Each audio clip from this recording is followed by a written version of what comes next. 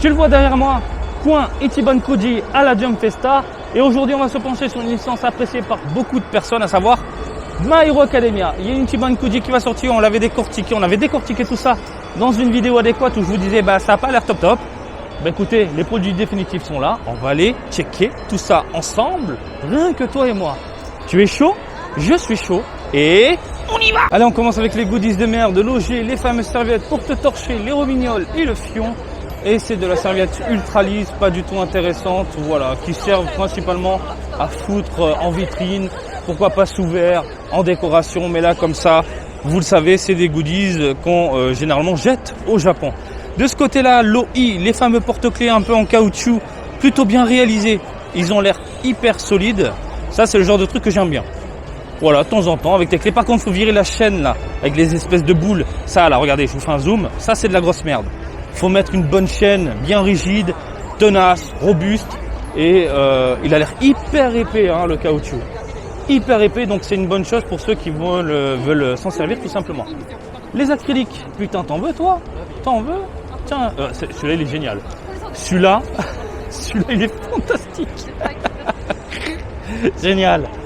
Donc voilà, très typé comics dans l'esprit. En même temps, My Hero Academia, l'inspiration pour moi vient directement des comics. Différents personnages comme ça en acrylique, magnifique. Je pense que tu en chopes un ou deux, ça rend bien en plus avec des figurines dans une vitrine. Le Shoto il dépote. Hein. Le Shoto dépote. Franchement, rien à dire. On a Ochako également dans les parages. Bakugo, Midoriya. Franchement, les illustrations sont vraiment magnifiques. On va se pencher maintenant sur les différents lots, à savoir le lot A. On parle de figurines et c'est une mini déception. Alors déjà, j'ai envie de vous dire, concernant Deku, Midoriya, en figurines, allez du côté des Prize, les figurines de jeux de grue dans les Game Center. Elles sont plus jolies et surtout cette pose, on l'a déjà vue. Et puis là, la modélisation du visage, il a une tête un peu joufflue. Les cheveux, j'aime pas le travail, ça fait extrêmement pâté, vraiment beaucoup. Alors les petits effets tout autour, oui, on a des effets, c'est génial. Mais sincèrement, tu as largement mieux ailleurs concernant cette figurine, concernant ce personnage-là. Par contre, le support, putain, enfin ils se réveillent du côté de Bandai. Ils nous font des supports transparents. Moi j'en veux de plus en plus, des comme ça. Transparent, ça passe inaperçu, c'est classe. L'OB, Bakugo. Bakugo a une tête de Joker. C'est vraiment dommage. Le visage, il est trop space. Les cheveux sont bien réalisés. Moi, j'ai rien à dire, très touffu. Mais la gueule et la pose globale, le rendu aussi, c'est du négatif. On est sur du plastique un peu pas top, un peu caoutchouteux, un peu chewing-gum. On est sur du Babybel classique habituel, légèrement goudronneux. Mais sincèrement... pareil, Shoto, si vous voulez voir ailleurs, allez voir ailleurs. Hein. Allez hop, Shoto, je suis fatigué, Bakugo. Je pensais à Shoto parce que la figurine suivante, donc le lot C, il s'agit donc de Shoto. C'est de la merde. Ça là, ça c'est un gros tas de merde, bien orange, qui lui ont foutu sur la peau, avec des knackis au niveau des doigts. Et c'est dégueulasse, l'effet pue la merde. Le personnage est pas trop mauvais. Enfin là... Je crois que la gueule... Non, c'est de la merde en fait.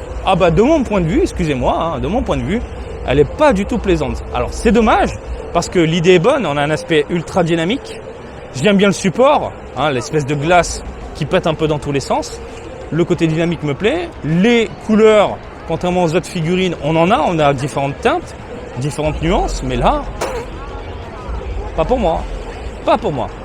Undivore est un peu plus plaisant. Sur les 4 figurines qu'on vient de voir, la Undivore est celle qui est un peu plus intéressante. C'est pas non plus une claque. On a l'impression de voir un plastique translucide bas de gamme, super bas de gamme. Par contre, la bouche, c'est pas possible. La bouche, la modélisation, c'est un gros pâté dégueulasse. C'est vraiment dommage. La bouche, c'est raté. Par contre, le corps est bien réussi. Différentes nuances, aspects métalliques, etc. Globalement, ça va, mais il y a des défauts malheureusement.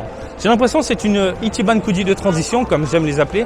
C'est des Ichiban Koji où ils proposent des figurines pas top, mais qui va se vendre tout de même pour renflouer un peu les caisses de Bandai afin de nous concevoir d'autres Ichiban Kuji et de meilleure qualité. Tu vois ce que je veux dire? Bon, l'OE. Ah, l'OE. Ah, ils ont un problème au niveau des moules. Hein. Là, les cheveux spaghetti collés. Aïe, aïe, aïe, aïe. Le visage est pas mal. Le visage est vraiment bien. Mais putain, les spaghettis collés, le côté brillant, Babybel, sur tout le corps. Heureusement, il y a des nuances pour apporter un petit côté plaisant à l'œil. Mais pour le reste, quelle déception, quoi. Bref, c'est pas la joie. Hein. L'OF, elle est pas mal. L'OF, c'est celle qui est un peu plus intéressante maintenant. Sacré méchant, je l'aime bien ce méchant en plus. Et les effets, bah, on est sur le même délire que Shoto. Hein. Ils ont collé ça sur la main, on dirait que c'est une substance sortie directement du corps, mais je te dirais pas quelle partie. C'est un poil déplaisant. C'est un poil déplaisant. Par contre, elle est plutôt jolie, elle est plutôt correcte, excusez-moi. Globalement, ça reste une figurine passable. Il n'y a pas de nuance, contrairement à celle-ci. Mais voilà. Elle est toute petite, hein, par contre, elle est toute petite. Et là, la Swan, alors, ils sont pas fait chier, ils ont pris le Loa, ils ont juste changé, hop là, les textures pour apporter un petit côté brillant, chromé au niveau de la tenue de Midoriya. Alors, l'aspect chromé n'est pas du tout mauvais. On a une espèce de vert prononcé, mais avec des teintes jaunâtres, très agréables à l'œil. Alors, c'est très compliqué de vous montrer ça, mais avec la lumière qui passe dessus, franchement, ça fait son petit effet. Après, la modélisation ne bouge pas d'un poil, malheureusement. Mais franchement, la Last One n'est pas si mauvaise si vous aimez ce côté un peu brillant, clinquant, qui t'en met plein la gueule. Surtout avec la lumière qui se reflète sur les vêtements, l'aspect un peu jaunâtre et verdâtre qui se mélange, je dis oui. Dommage pour la modélisation, les cheveux et le reste. Mais bon, voilà, c'est une Ichiban Kuji pas faux folle quand je vous fais une vue d'ensemble comme ça. Voilà. Bon voilà, regardez, les gens se ruent vraiment sur la vitrine. Ils veulent voir à quoi ça ressemble. De ce que j'entends, il y a pas mal de déceptions. Je suis pas le seul au final. Pas mal de déceptions au niveau de la conception, au niveau de la modélisation. Ils aiment bien les goodies de merde, mais globalement, c'est pas ce qu'ils attendaient. De ce que j'ai compris, de ce que j'entends, tu vois. Donc voilà, globalement, pour moi, comme je l'ai dit tout à l'heure, c'est une Ichiban Kuji de transition. C'est-à-dire que Bandai te balance des Ichiban Kuji où vraiment, en termes de qualité, c'est pas la fête, c'est pas la joie, c'est pas intéressant. Mais après, si les prix sont corrects et convenables, globalement, ça reste une Ichiban Kuji passable. Voilà, je te mets les guillemets, passable. À toi de voir si tu as envie de succomber. Tu as la vidéo pour te donner un premier avis, tout simplement. Je sais même plus ce que je veux dire. Comme d'habitude, je t'invite à me suivre sur Twitter, Facebook, Twitch et TikTok, Marty Japan. Et je vous dis à très bientôt. Allez, salut, bisous, ciao, ciao.